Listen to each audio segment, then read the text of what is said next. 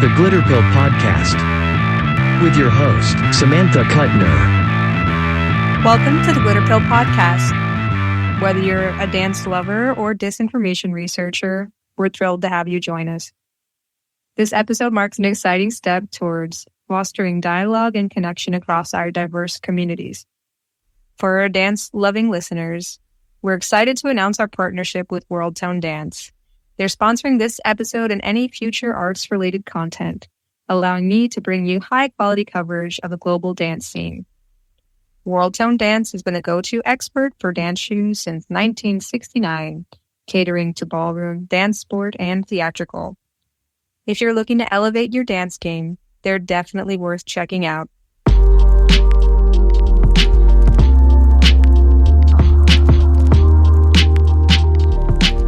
The Glitter Pill Podcast.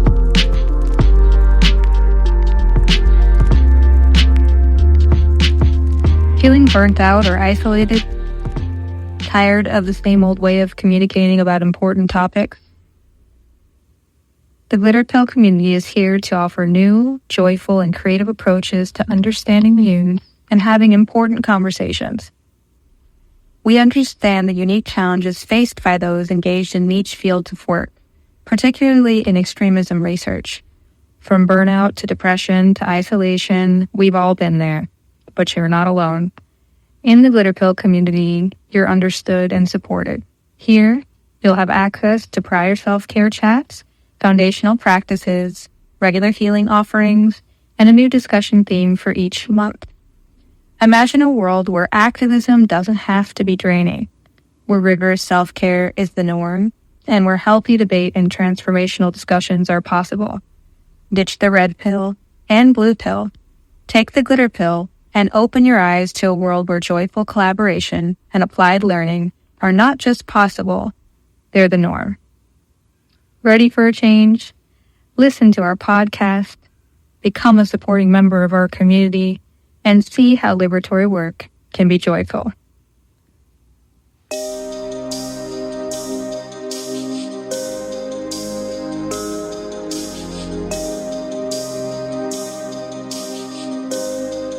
The Glitter Pill Podcast.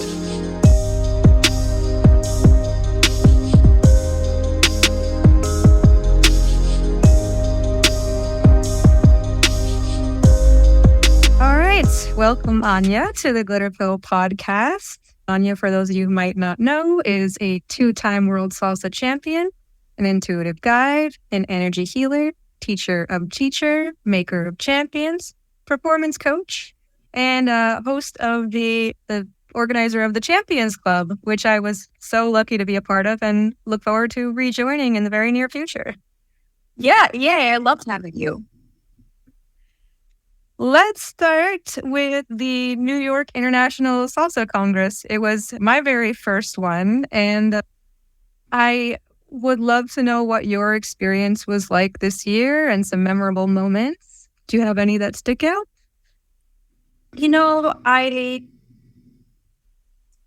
feel like my participation in the event this year was sort of, I want to say this properly, like I don't feel that I was there enough to get the right sense of the event I didn't take much advantage of the event.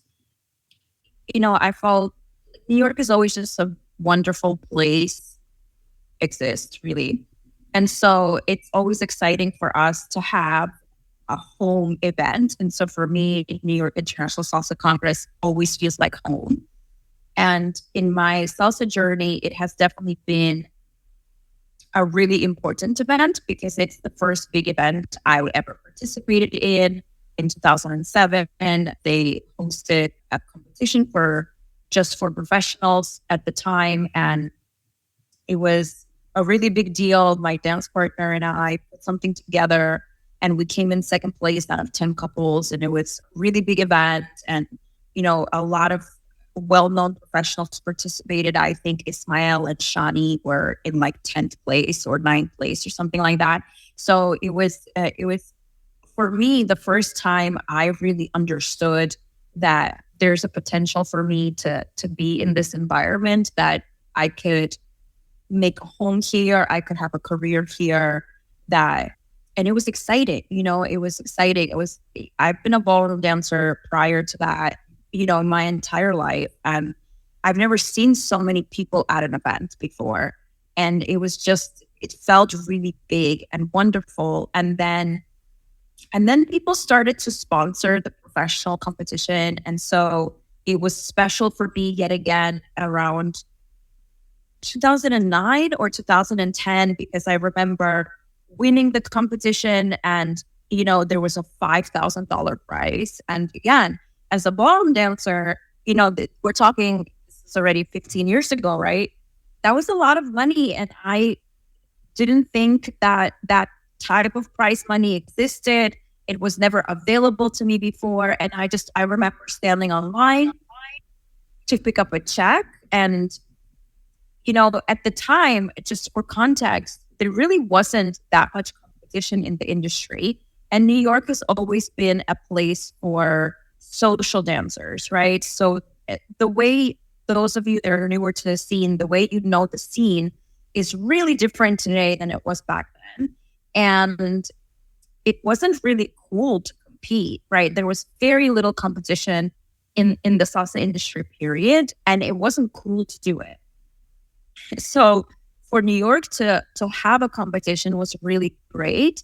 And for me to stand online and collect what felt like perhaps a bigger check than anyone else received that weekend, right? The lineup is always amazing, and you have industry giants that perform at the event every year. And I just remember standing online next to all of these people, feeling like, oh, I just earned, more money than them just for competing, right? And it wasn't like a comparison of funds. It was more like, oh, there's potential here. There's an opportunity here. It's okay for me to like this. It's okay for me to continue to want to do this, even though I keep being told that it's not cool, that it'll never work, right?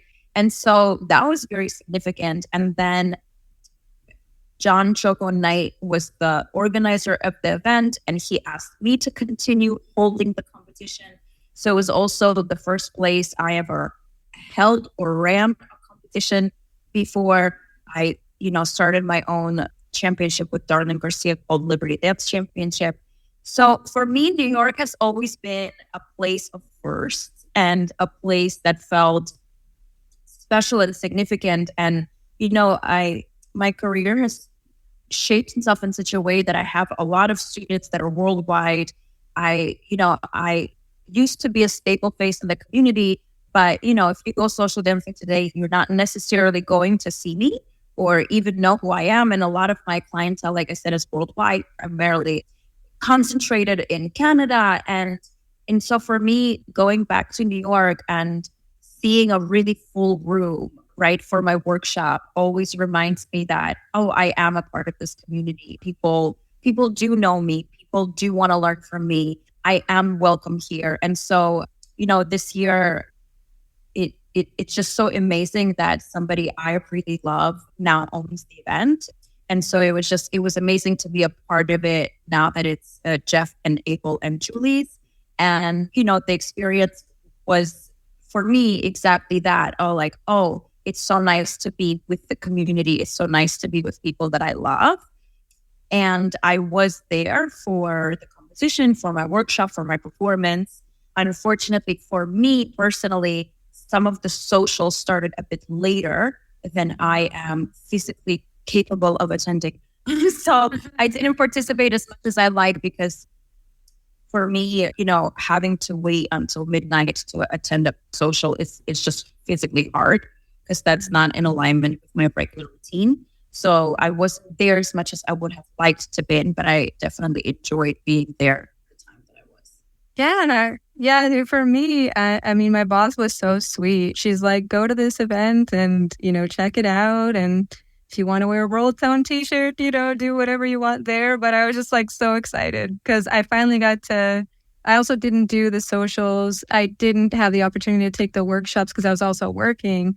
but I got to do the boot camp with Eddie Torres, and it was my first time actually just getting to learn from him. And it was just everyone who was there from all different teams across all different countries. It was just so joyful and fun. And I feel like if every Congress could have that element, everything would just be great. I mean, I feel just very happy and at home in environments where everyone's just so excited to dance and like learn from people. And I wonder if, because I came in a little later and I was on some teams where, performance was more prioritized, and I had great experiences in learning from, performing very often about how to overcome performance anxiety and all that stuff. But I feel like, I don't know, maybe it's post-pandemic, the sense of community is still trying to figure itself out, right?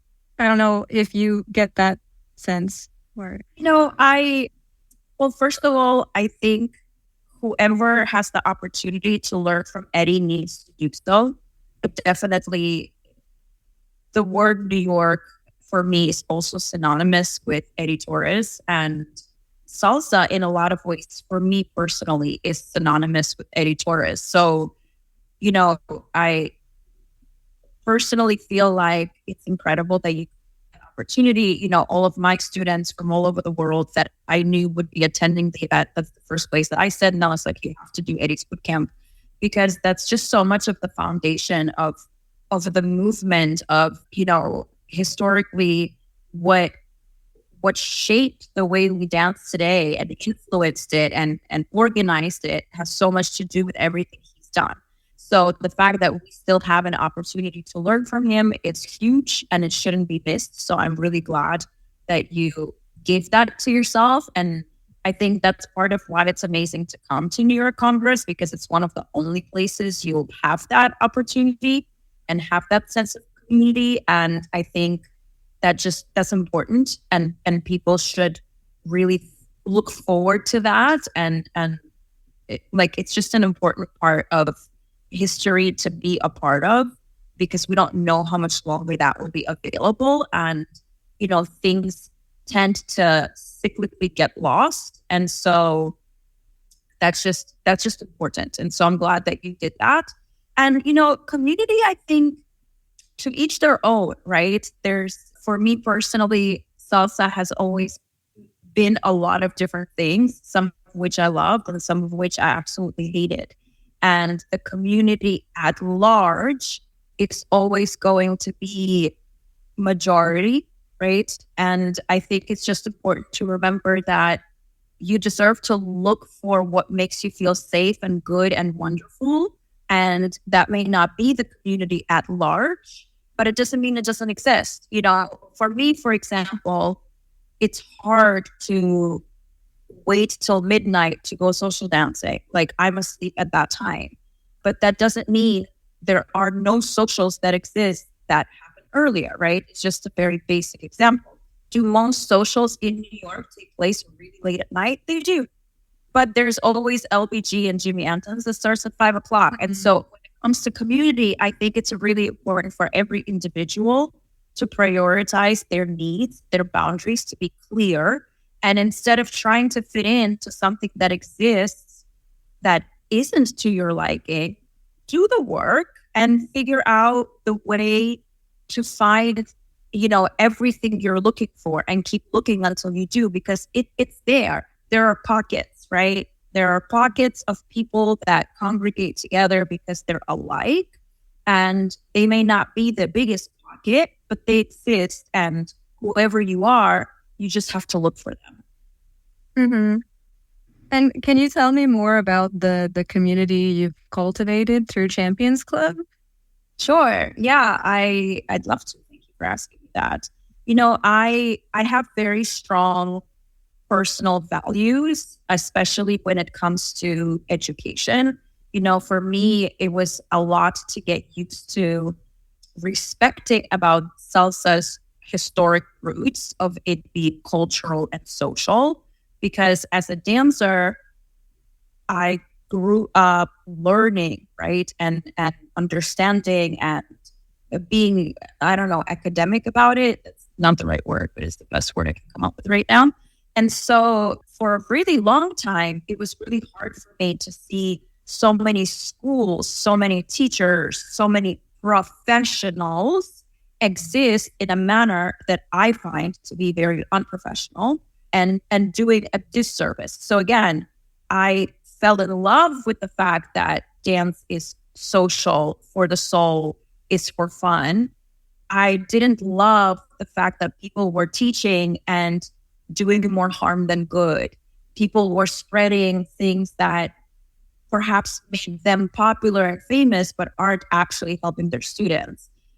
People were using their authority to gain popularity, romantic relationships, you name it, it happens within the industry. And so for me, personal ethics and education are a really big value. And so I've always made sure to be very clear about the fact that if you're going to come and learn from me, you're going to learn. If you're looking for entertainment or, just sort of moving your body and sweating, then there's a lot of that available.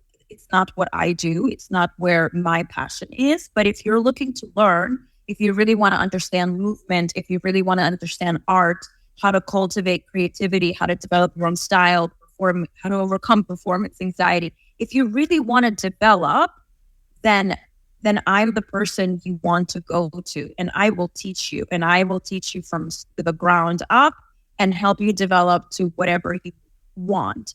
And so it started with me graduating myself from competition by not competing anymore and start judging. And then people started coming to me, and I started to develop other professionals. And I started to educate people about the importance and the value of competing, because for me, competition has always been just like the quickest way to learn who you are, the quickest way to improve. Why? Because when you're competing, there's a little bit more at stake. And when there's a little bit more at stake, you are a little more invested. And when you're a little more invested, the truth comes to the surface sooner, right? The obstacles present themselves quicker, and you can quicker overcome them. And so in my experience, people just improve much quicker when they are out of the competition, let's say track, than when they do it recreationally or even just to perform. And I knew this, and I wanted to use it to help others. And also, if you're open to this idea, competing, dancing, and living life, they're very parallel to one another, right? As a human being, you come into this world to learn the lessons that you need to learn to evolve who you are. And when you're learning how to dance, especially in a way that's really important, you are learning the same things you need to learn as a person. But with dance, it's perhaps very important, but not as important as your husband or wife or your mother or your child, right? Or your health or your career. And so because you still need to come into who you are as a person, but it's a little less, big scale than all of these other pillars that are potentially more important to us. You really step into the evolution of self in a way that's more harmonious because it's easier to handle.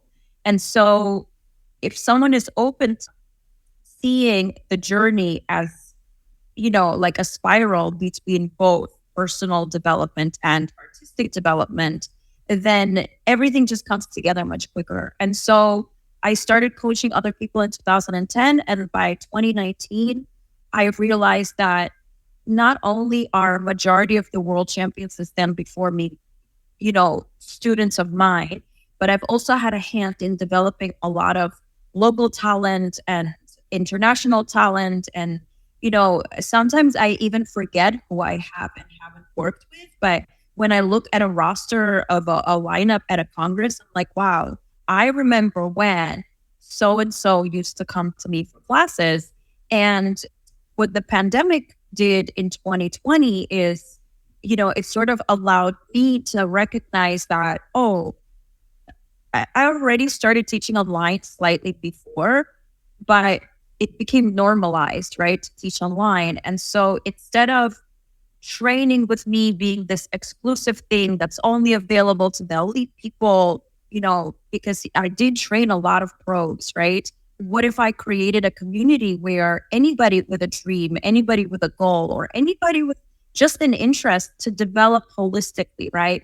Physically, emotionally, intellectually, artistically, could be a part of it, and how can I make that affordable? So that's what birthed Champions Club. I wanted to give myself to more people in the way I have given myself to the competitors that I have trained that are now, people closing the shows at the congresses, right? I just wanted that to be more available. And so that's what Champions Club is. Champions Club is a community that lives online where we work on the self as a whole, physically, emotionally, intellectually, artistically, and we cover all sorts of topics. You have access to all of my physical knowledge of how to move. You have access to all of my artistic knowledge of how to present, perform, feel, emote, musicality, development of your own style. I help people organize things. You have access to asking me for personal feedback. And we do group coaching every other week where we really work on the human self, right? And talk about expectations and needs and values and dynamics of community, etc. Right. And I see a lot of parallels to the glitter pill community. In 2020, I had a degree in psychology and I was familiar with concepts. I never became a psychologist, but with all this time and space, I realized the field that I was in, which is like more broadly referred to as countering violent extremism, has so many unstable, toxic elements that it's hard to find a way to move in the space and do good work while also taking care of yourself, because the default is also like, it's often glorifying martyrdom and like making the sacrifice to your personal well-being part of the work, or confusing that with the work itself. So a lot of what Glitter Pill was in the early days was just this kind of trauma-informed container where it's like, yeah, we've seen a lot of the darkest spaces of humanity in the world, and we're still coming together to share, discuss. If someone's like, oh, my cousin is like really going down this one path and is like kind of getting into this extreme territory and talking about this and that, how do I even begin to approach the subject with him? We became this kind of resource for that. But it's also like two very insular worlds to be in my field, like this space of countering violent extremism and this space of dance and art. And I feel like the people who have come to me in my glitter pill community have been people who recognize that something's not quite right with the dynamics and want to be a part of the change, but don't really know where to start and are like on the verge of burnout, if not completely burnt out. And I know how to model that for sure, because I was like not really aligned until very recently. I was like going hard on teams and doing everything I could, but in this really toxic environment and workspace and trying to find this space for myself. And so I really appreciate the people who can have the vision and skills and talent to build community and bring people into a space that's welcoming where you actually learn and grow. I think a lot of my frustration over the past couple of years is like, I am a technical person. I like the mechanics of something. And it's really hard if, in general, if like the standard is repeating something over and over again without a breakdown of the mechanics that work. And I say that to set up, like when I first met you, I took your workshop in Montreal at the Montreal Congress, and it was about weight transfer. And I think that was the first and only time I really got to feel what it was like to utilize the floor. And I like caught that for a moment where I was like taking classes with like Jorge at Empire and everything, and like I could feel the actual weight transfer. And so when I saw that you had the Champions Club, I was like, okay, I want to sign up right away. And now I'm finally like on the path to coming back to that. And I'm just really excited that you're also in New York. You're also on that intuitive side, and you are very boundaried in regard to, what you want. You're, what's good for well-being, not necessarily going out social dancing until midnight, 2 a.m. I'm kind of on the opposite side that like somehow that's fun for me and gives me more energy, but I'm sure that'll change in like the next few years or something.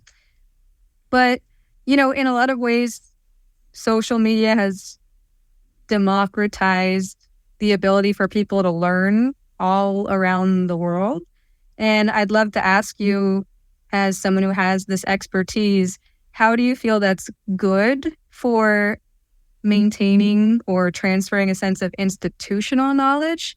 And in what ways do you see it as potentially being not as good? Yeah, that's a really good, important question. Well, I think, social media at the end of the day gives a voice to anybody that wants to be heard, right? And in a lot of ways, that's really good because people, well, first of all, deserve to be heard, but it gives everybody equality in a way, right? It doesn't have that hierarchy of appointed authority. Anyone can do it. Everyone is welcome. On the other hand, it kind of produces an audience for people that are not necessarily, in the position to be authority, but now they appear as such.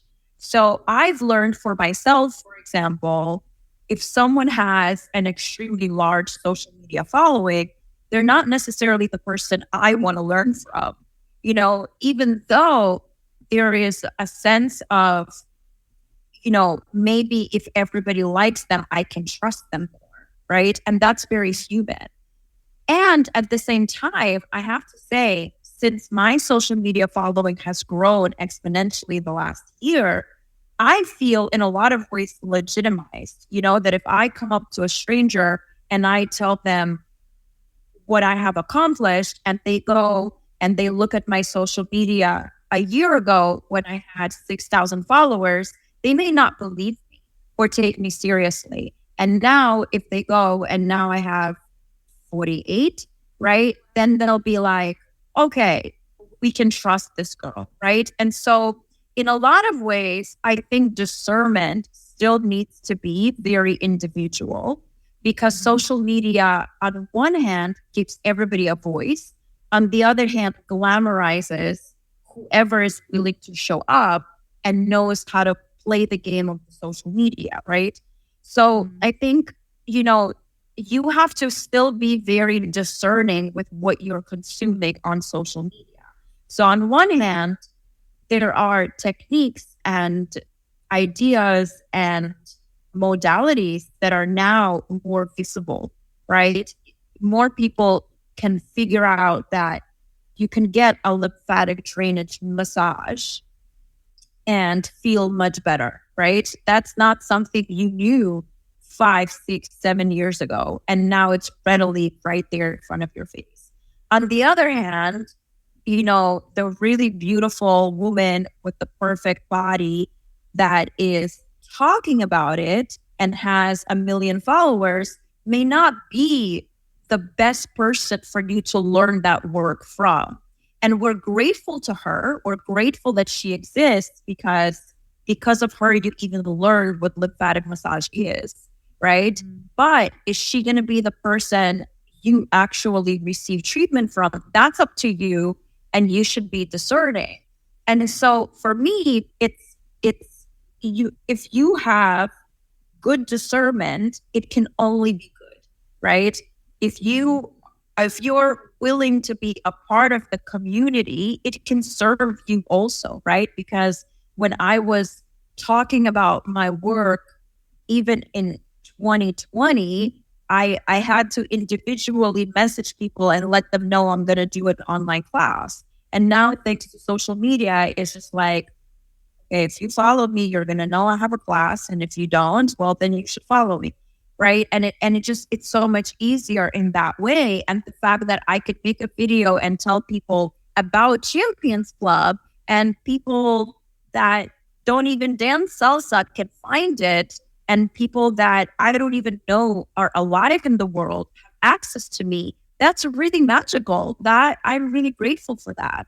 At the same time, when I'm looking for service, right, I'm not necessarily hypnotized by marketing. And again, I'm not saying that I get this right all the time, because actually I do easily get hypnotized by marketing, and I have spent a lot of my money on the wrong people, and I have listened to the wrong advice, and I have made a lot of mistakes in this way. Mm-hmm. And I think everyone is going to go through that in one way or another. They're hypnotized by what's in front of them. They, kind of sign up for something, and then hopefully you have enough discernment and self-awareness to understand, oh, maybe it's not working because maybe they are not as good as I thought they were, right? Let me investigate more. Let me read some reviews. Let me talk to someone that has done it. Let me try but not commit. Let me go through it, and let me not get glamorized by the fact that this person has a large following, right? And I think the same, happens with performers. Like, you could watch a video and someone looks astonishing because of the lighting and the camera angles and the editing, and then you'll see them in person, you'll be like, what?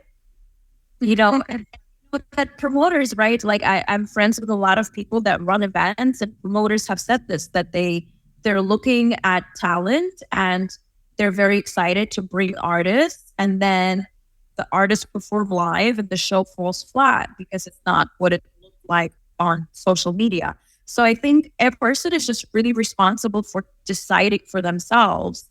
And that's wonderful. If you ask me, given the choice is wonderful. And if you're someone that struggles with like deciding, being your own personal authority, then that's really important to work on, right? Or join Champions Club. We work on that a lot because I wasn't always good at this myself, but it has definitely empowered me to know and learn the difference. And now I look for that sweet spot of followers that a person has that tells me, okay, you really know what you're doing, but you're not necessarily just in it for the media, Not that there's a number.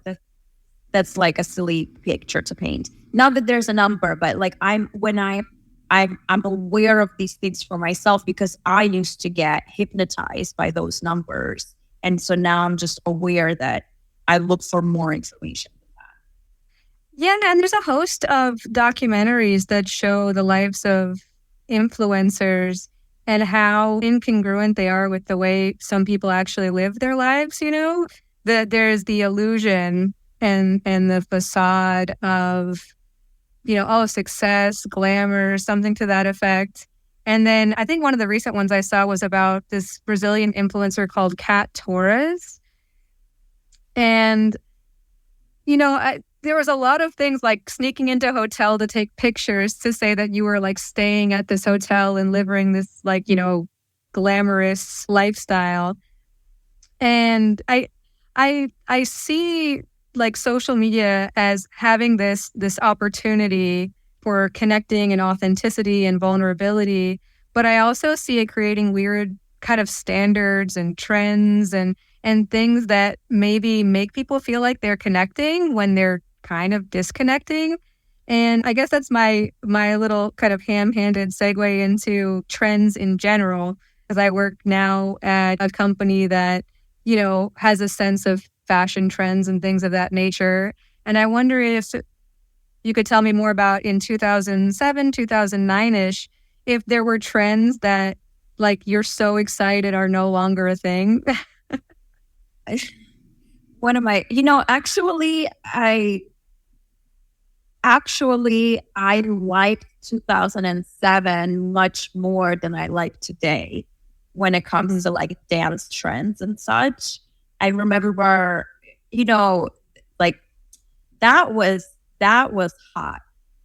We were all living the glamorized TV version of underground salsa.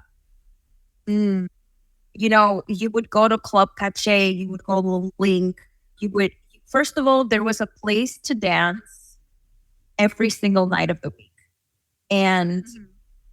And basically, no matter where you went, you were in like an underground lounge. Underground, literally, because, you know, New York has these places that you kind of go beneath the ground to enter, right? They're not street level, they're the level below. Or they were just in lounges, and you felt connected. You felt the social aspect of it. You felt like you were out. You were clubbing, but you were dancing. You weren't there to get drunk or high. You were there to make art, and it was sexy, right? Like, it was sexy. Everybody was super different. Everyone had their own style. Everyone sort of intermingled with each other, and you went to the clubs and you were looking forward to seeing this person and this person and this person, and yet you were never afraid to go alone.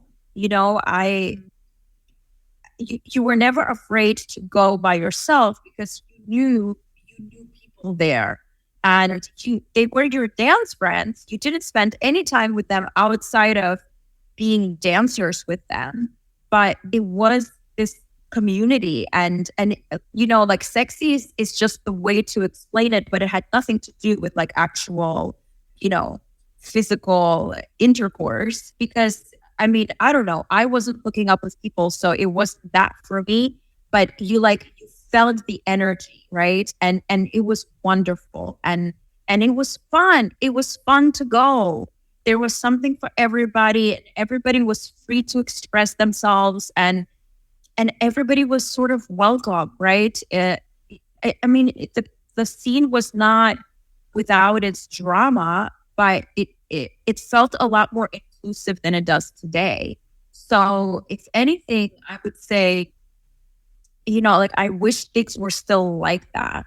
Dancing during that time was also really changing. You know, people were being more informed, and the industry was developing as an industry. So it was like this perfect boom of, now that there's more competitors, there's more of a standard for what movement is and looks like. People were getting away with less. People started looking better on stage. And, you know, like I was saying not too long ago on my social media, like, in my view, I know this is not going to be applicable to everybody, but in my view, right, I had a large hand in that, right? The contribution of, you know, myself being a ballroom dancer and costumes having to be a whole other level than danceros were used to at the time, right? So you started to have less street clothes on stage, right? You started to have less people not knowing how to walk on and how to bow. Like, the industry started to gain a bit more professionalism and artistic development. And so the level went from being incredibly social, fun, and kind of sloppy to being more refined and elegant and, you know, just finished and polished and artistic in a way that could be more commercial, right? So it wasn't just about the expression and the experience of the individual. It now also looked like something that was presentable to others. And we had that for, I would say, like a good 10 years. You know, that in my experience, that was worldwide. The whole world was improving for a good 10 years. And then again, competitively speaking, there was this shift of, oh, technique is what you want. Oh, polish is what you want. Oh. And so then people started to look a little stiff, a little too regulated, a little too balletic. There was maybe a little too much influence of acrobatics and gymnastics. And so then the trend switched to it being a bit more earthy, again, to bring salsa back to the roots. And then we had this really huge influence of Afro that was part of that development, and, you know, kind of the more song-like salsa that we see today. And for me, the essence of the partner work got lost in that. For me, the quality of feminine energy got lost in that. And so the dancing really changed. And even though I 100% support, salsa always being rhythmical and moving in the body, and, for it to look polished, but, with Latin flavor, the whole Afro son masculine boom that we're in right now, that completely disconnected us from each other. Nobody really does good partner work anymore. No one's really partnering. Women look like men and everything looks like a body roll. I know people are going to hate me for saying that. I don't care. I mean, like, I don't like it. So if anything, I prefer we go back to that good 10-year cycle that I was a part of, from like 2007 to like 2017, 2018, 2019. I see. No, thank you. That's like an excellent answer. When I think about connection, one of the best tips that I ever got before a performance was that, like, you're not there to demonstrate perfection. You're there to transmit a vibe, and hopefully someone catches it. And that completely shifted my perspective on performing. I love performing because even if I'm not perfect, I'm not trying to be perfect as much as trying to connect. And I feel like a lot of trends cut people off from their ability to connect. But I also feel like it's hard to kind of talk about trauma and how that cuts off your ability to connect too. But there's kind of two layers, connecting with yourself enough to be a vulnerable performer and have that resonate, and connecting with an audience in a way that you're an effective storyteller. Can't say I have a good idea of what where I'd like to go as a dancer with that. But I feel like sometimes when people perform or they dance with other people, they're not necessarily thinking about connecting as much as, I don't know, a host of other things that get away from that. I don't know if you want to riff on that a little. For sure. Yeah. I mean, I agree 100%. And I think, ultimately connection is the point. Perfection is never the point. And when you are on stage, you're not there to show off, right? Even though that's part of it, and you're welcome to enjoy it, right? There shouldn't be any shame in being proud of yourself and proud of your work and wanting to share it. There should be no shame in owning the fact that you're on stage because you like attention, right? I think there would be a lot more happier dancers if everyone could just admit that they're there for the attention, right? Without pretending that, no, I'm just here to create art. No, you're here because applause feels good. And that's okay. But connection is about the artist having an experience in the moment and then being open enough to share that experience with others. And when we are, especially when we're following a trend, right, we're just looking for acceptance. And those two, although closely related, are not the same thing, right? And again, it's very human to want to be accepted. It's very human to want to be a part of something. We all need that. But when you're on stage, your job is to have an experience that you are then willing to share with other people, whether it's accepted or not, right? And trends are simply a shortcut to acceptance, right? At the core of why everybody buys what Kim Kardashian is selling is the fact that if she is liked and this is what she's doing, if I do what she's doing, it means I will be liked also, right? And in dance language, that sounds more like if so-and-so used this song and won a competition or got a standing ovation, then I know the song is a safe choice. So if I choose it, I will also get those things, right? And that's where people just don't realize that this person is liked not because of the product they're selling. This person won the competition not because of the song they chose.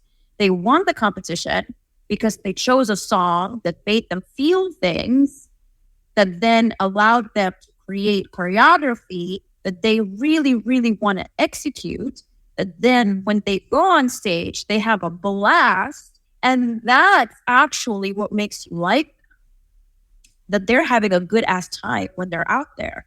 And again, everybody's good time looks different. Some people are very bubbly and have a lot of energy, right? Some people go social dancing at midnight and get energy from it. And some people can't because they're asleep by 9 o'clock. We are all different. And what we learn, that it's okay to be different, that being different doesn't mean you will be isolated, right? Because often that's the parallel that we draw. If I'm not like everybody else, it means I'll be alone. When we are brave enough to explore the fact that different doesn't mean alone, it just means unique, then we can go on stage and devote ourselves to our personal experience and be okay with what other people think of it. And then we really achieve the artistry that we're looking for, and we're not privy to any trends, right? And then we become trendsetters. And that's what champions are. Champions are not people that are doing what everyone else is doing. Champions are the people that set the trends, right? Influencers, whatever. It's different ways to describe the same energy, right? And so ultimately, you just need connection, because that is what is inclusive about the experience, that isn't dependent on other people liking you. So if you learn to connect to your body, to the moment, to the music, then it matters a little bit less whether or not people like you. It's funny because we were literally working on this in Champions Squad last night. Like the skill of that, because it's not necessarily easy, right? And like I said, it's important we acknowledge that we want to be liked and that we're not ashamed of that desire or pretend that it's not there, which is what most people are doing. Most people are in denial of their own human needs, right? Because they've been shamed for having them, or told it's not polite to be this way, or whatever. Everyone has their own stories and trauma. And so then we walk around afraid of the world, afraid of each other. So then we're disconnected. So then we follow trends in order to feel connected. And it's a vicious cycle until something happens in your life that like flicks you off that wheel, or some people stay on it forever because they just don't want to do the work that it would take. And some are just not even aware that they're on a wheel to begin with. Yeah. I think, the wheel is a good reference. I ran away from dance, like very just straight up. My mom was a professional dancer, came from a family of musicians and performers. And I got told by my grandfather, who was a jazz musician here in New York back in the day, to never make what you love be your main source of income. And I think I took it too much to heart. And now, as someone who's, not a teenager, I still have this love of learning, and in some ways I'm grateful for being able to dance and make choices where like my income is not contingent on going with what's trendy or what's in style. But I have a lot of work to do if I did ever want to get to, a professional level, because I didn't really start incredibly early. I started in ballroom at 15. And I just think it's funny, like I built my own company in counterterrorism research consulting, and I did this whole thing. I did the thing that was socially acceptable and still somehow got pushed back to dance in the best way possible. Of course. I mean, this, again, it's funny because this is my specialty, right? Hearing somebody say what you just said, this is literally my, like, this is what's delicious for me to work with, because, on one hand, not being dependent is really freeing for an artist, right? Because then you're not afraid and you can be more bold in your expression. On the other hand, being told, never, just the word never in general, forget what comes after, is incredibly limiting. And so, I have definitely paved the way for so many artistic careers. I have retired so many students from their 9 to 5s and put money in their pocket through dance, that I can tell you with full confidence, because I've just done it so many times for so many people, that if this is what you want, it doesn't matter when you started. It doesn't matter where you're at right now. Like, none of that matters. If you want for dance to be your income, it can be. There are people in this world who are living much better lives as dancers than, however much of the population, right? Like, the opportunities are limitless. You just have to be willing and open. And, times have definitely changed. I don't know what the situation was for your grandfather. I definitely come from a generation of, you need safety and security, and this is not the right career, and really you should be a doctor, a lawyer, or get married, which is ironic because my brother, who's also a dancer, wasn't told any of those things, right? He was encouraged to do it, and it was perfectly fine, and they believed in him. They didn't believe in me, right? And so, like, there's just so many ways. There are so many ways, and art is necessary. And when you work with other people, that never goes out of style. And, I disagree with your grandfather a lot. Yeah. I think my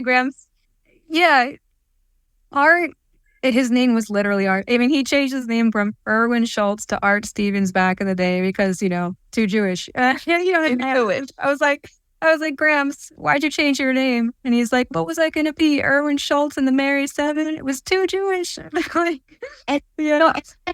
that's part of our history, right? Like, that's in our DNA. You can only be successful if you're not who you are.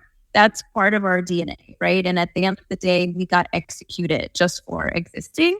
So we have to sort of honor that for our ancestors and family members, but also remember that that's not the world we live in anymore. Yeah.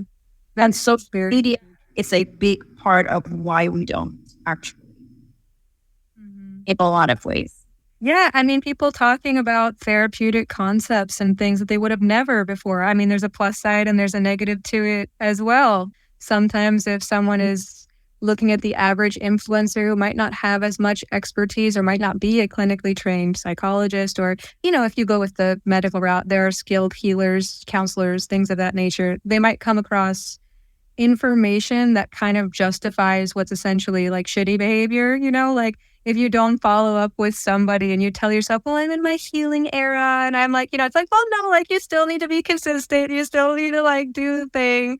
But on the other hand, the fact that people are even talking about struggles with like what the pandemic did with social isolation and needing to heal or intergenerational trauma or things of that nature, it's this wonderful place. And it's also a terrifying, semi-regulated space that can cause a lot of harm as well. So, I mean, I guess at the end of the day, it's ultimately about choice and, like you said, discernment. Yeah. For me, because I have sought so much healing in my life, like that's a big one. That's a big one. Are you licensed? Are you capable? Are you worthy? Can you deliver the results you're promising, right? That, especially for therapists, I know it's a big conversation with all these coaches, right? That are now just giving out all sorts of advice and modalities versus actual clinicians, right? And, ultimately, if something works, it works. Mm-hmm. And there's just more availability, and that can't be a bad thing. But to that point, I myself, like I said, have gone through a lot of people that were not helpful, and it is scary. And I don't just trust anybody with my anything anymore, which makes me work harder. But again, is that a bad thing to be more discerning? I don't know, right? So I think ultimately we just have more options. That's how it feels to me. We just have more options. And If you really, really, really believe in something, it's going to work for you. So if someone influenced you into healing and they had no idea what they were doing, who cares? You healed, right? Yeah, they open the door. And yeah, but at the same time, if you are skeptical and discerning, you may have to work a little harder, and you shouldn't just, settle for the first thing you see just because they present with authority. This is what I always teach everybody who's around me. Just because someone says something with conviction doesn't make it true or right. And I've personally struggled with that in my life, I think more than anything, right? I've just always been surrounded by people who are so sure of themselves that they say everything so convincingly that there's no room for any opinion but their own, right? right. And when you're little or when you're a beginner dancer, right, and this person walks into a classroom and they tell you it is like this and only like this, and they convince you, especially if they sprinkle a little bit of shame onto everything that's like them, you have no choice but listen. You have no choice but, And so I've just learned to always look for both sides. I go and I get both, I am Western and Eastern in my medical opinions. I am Republican and Democratic in my, I don't care about politics at all. I mean, I said that. Mm-hmm. But, I try my best to get every, kind of like point of view so that I'm not influenced by any one voice, or I don't listen to anyone at all, right? Because people can be very, very convincing just because they speak with authority, and then they shame you out of your own opinion. And that's a big thing. That's a big thing. Yeah. Yeah. I think at the end of the day, and as I say this as someone who doesn't think that being a clinical psychologist is necessarily like the standard. I mean, that comes from Freud's medical hegemony and that being, trickling down.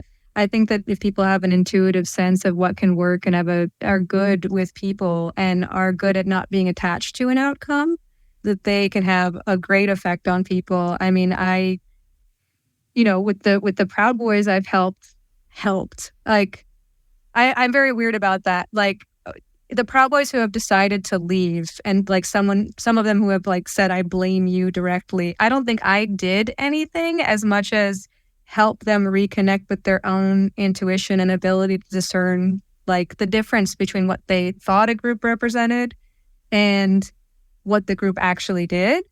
I think that the best types of coaches or healers or psychologists, if they have that kind of mildly woo sense of understanding people, have this ability to give space for people to reconnect with their own ability to make empowered decisions. And I sometimes feel like sometimes people don't want to do that because that's hard work too. They just want to be like, please make the decisions for me. And people are there to be like, yep, you need to do this, And but yeah, I think I'm very much looking forward to seeing what my experiences are going to be like when I rejoin the Champions Club, because when I first joined, I was like a little too green. I had a little more growing up to do and some really heavy life experiences that needed to come my way. But I'm just so glad you're like of the same community as me, and I feel a genuine like connection to the work that you're doing. And I look forward to seeing you in person longer than backstage for like 2 minutes. I know. Yeah. When I first met you in Canada, I didn't know that you came from New York. And so when you joined Champions Club and you were like, yeah, I'm in New York, that was so exciting for me because most people that are in Champions Club are not.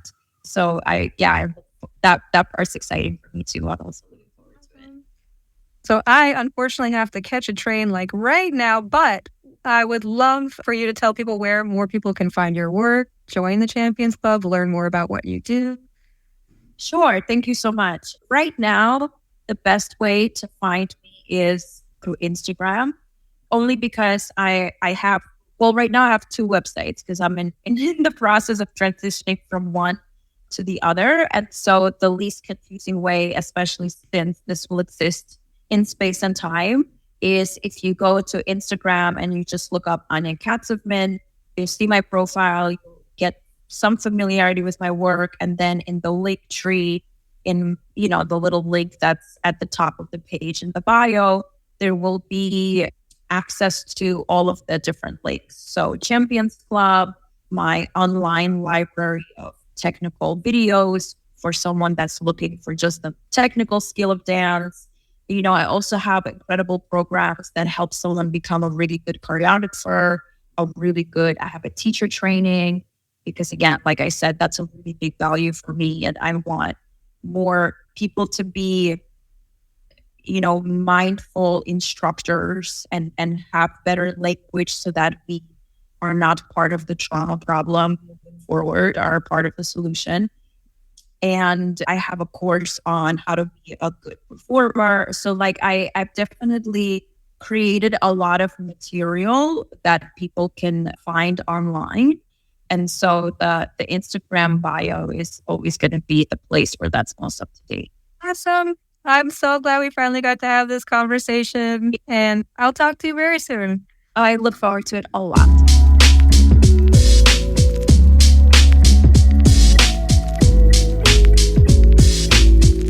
The Glitter Pill Podcast.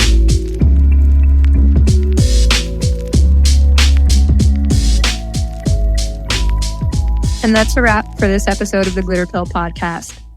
In closing, I'd like to touch on one central theme: discernment. In a world where truth is distorted, we must be the filters.